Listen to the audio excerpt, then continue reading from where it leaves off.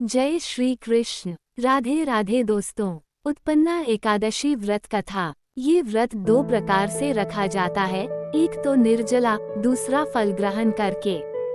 व्रत के दिन सुबह जल्दी उठकर स्नान कर व्रत करने का संकल्प लें। इसके बाद भगवान विष्णु को अक्षत, दीपक, नैवेद्य आदि 16 सामग्री से विधि विधान पूजा करें। एकादशी के दिन पीपल के पेड़ की पूजा करें, उसकी जड़ में कच्चा दूध चढ़ाएं और घी का दीपक भी जलाएं। तुलसी का पूजन भी करें।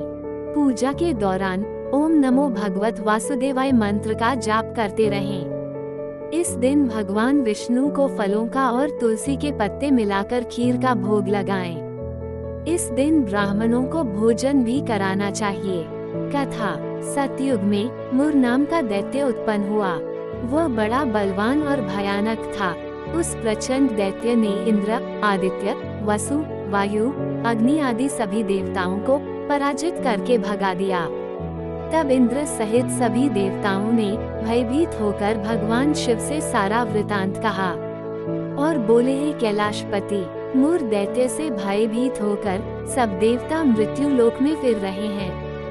तब भगवान शिव ने कहा, हे देवताओं, तीनों लोकों के स्वामी, भक्तों के दुखों का नाश करने वाले भगवान विष्णु की शरण में जाओ। वे ही तुम्हारे दुखों को दूर कर सकते हैं। शिव जी के ऐसे वचन सुनकर सभी देवता क्षीर सागर में पहुँचे। वहाँ भगवान को शयन करते देख हाथ जोड़कर उनकी स्तुति करने लगे कि हे देवताओं द्वारा स्तुति करने योग्य प्रभु, आपको बारंबार नमस्कार है। देवताओं की रक्षा करने वाले मधुसूदन, आपको नमस्कार है। आप हमारी रक्षा करें। दैत्यों से भयभीत होकर हम सब आपकी शरण में आए हैं। आप इस संसार के कर्ता, माता पिता, उत्पत्ति और पालन करता और संहार करने वाले हैं। सबको शांति प्रदान करने वाले हैं। आकाश और पाताल भी आप ही हैं। सबके पितामह ब्रह्मा, सूर्य, चंद्र, अग्नि, सामग्री, होम, आहुति, मंत्र, तंत्र, जप, यजमान, यज्ञ, कर्म, कर्ता, भोक्ता भी आप ही हैं। आप सर्वव्यापक हैं। आपके सिवा तीनों लोकों में चर तथा अचर कुछ भी नहीं है। हे भगवान, दैत्यों ने हमको जीतकर स्वर्ग से भ्रष्ट कर दिया है और हम सब देवता इधर उधर भागे भागे फिर रहे हैं। आप उन दैत्यों से हम सबकी रक्षा करें। इंद्र के ऐसे वचन सुनकर भगवान विष्णु कहने लगे कि हे इंद्र, ऐसा मायावी दैत्य कौन है जिसने सब देवताओं को जीत लिया है? उसका नाम क्या है? उसमें कितना बल है और किसके आश्रय में है तथा उसका स्थान कहाँ है? ये सब मुझसे कहो। भगवान के ऐसे वचन सुनकर इंद्र बोले, भगवान, प्राचीन समय में एक नाड़ीजंग नामक राक्षस था। उसके महापराक्रमी और लोकविख्यात मुर नाम का एक पुत्र हुआ।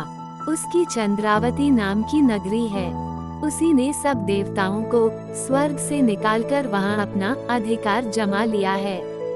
उसने इंद्र, उस समय जब दैत्य मुर सेना सहित युद्ध भूमि में गरज रहा था, उसकी भयानक गर्जना सुनकर सभी देवता भय के मारे चारों दिशाओं में भागने लगे। जब स्वयं भगवान रणभूमि में आए तो दैत्य उन पर भी अस्त्र, शस्त्र, आयुध लेकर दौड़े। भगवान ने उन्हें सर्प के समान अपने बाणों से बींध डाला। बहुत से दैत्य मारे गए, केवल मुर बचा रहा। वो अविचल भाव से भगवान के साथ युद्ध करता रहा। भगवान जो भी तीक्ष्ण बाण चलाते वो उसके लिए पुष्प सिद्ध होता। उसका शरीर छिन्न भिन्न हो गया, किंतु वो लगातार युद्ध करता रहा। दोनों के बीच मल्ल युद्ध भी हुआ।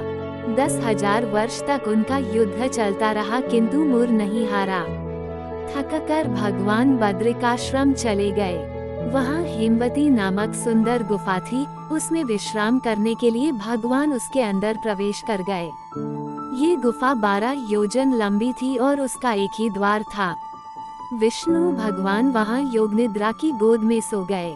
मुर भी पीछे पीछे आ गया और भगवान को सोया देखकर मारने को उद्यत हुआ। तभी भगवान के शरीर से उज्ज्वल कांतिमय रूप वाली देवी प्रकट हुई। देवी ने राक्षस मुर को ललकारा, युद्ध किया और उसे तत्काल मौत के घाट उतार दिया। श्री हरि जब योग निद्रा की गोद से उठे तो सब बातों को जानकर उस देवी से कहा कि आपका जन्म एकादशी के दिन हुआ है, अतः आप उत्पन्ना एकादशी के नाम से पूजित होंगी। आपके भक्त वही होंगे जो मेरे भक्त हैं।